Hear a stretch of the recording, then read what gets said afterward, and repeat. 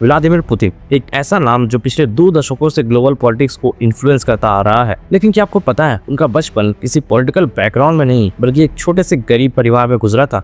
तो आइए जानते हैं कहानी व्लादिमीर पुतिन की।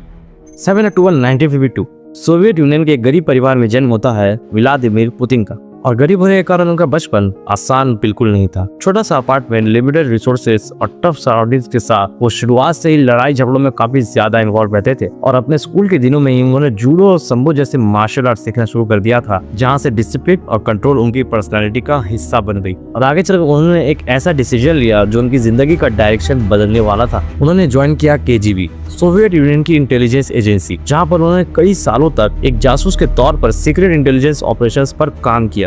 जिसके बाद 1991 में सोवियत यूनियन के टूटने के कारण रशिया एक बड़ी इकोनॉमिक और पॉलिटिकल क्राइसिस में चल गया, जिससे दुनिया में रशिया की ग्लोबल पावर काफी वीक पड़ गई। इसी वक्त पुतिन ने पॉलिटिक्स को ज्वाइन किया और धीरे धीरे ऊपर आने लगे और कुछ ही सालों में वो मॉस्को की पावर सर्कल्स तक पहुंच गए। जिसके बाद 1999 में उन्हें रशिया का प्राइम मिनिस्टर बनाया गया और 2000 में रशिया का प्रेसिडेंट, जहाँ पर उन्होंने अपने शुरुआती सालों में रशिया की इकोनॉमी और मिलिट्री को ताकतवर बनाने पर फोकस किया। सेंट्रलाइज्ड लीडरशिप और स्ट्रॉन्ग फॉरेन पॉलिसी के जरिए रशिया ने फिर से ग्लोबल स्टेज पर अपनी प्रेजेंस दिखानी शुरू कर दी। लेकिन एक और मेजर मोमेंट आता है 2020 में, जब रशिया में 2020 रशियन कॉन्स्टिट्यूशनल रेफरेंडम पास हुआ, जिससे पुतिन थियोरेटिकली 2036 तक पावर में रह सकते हैं।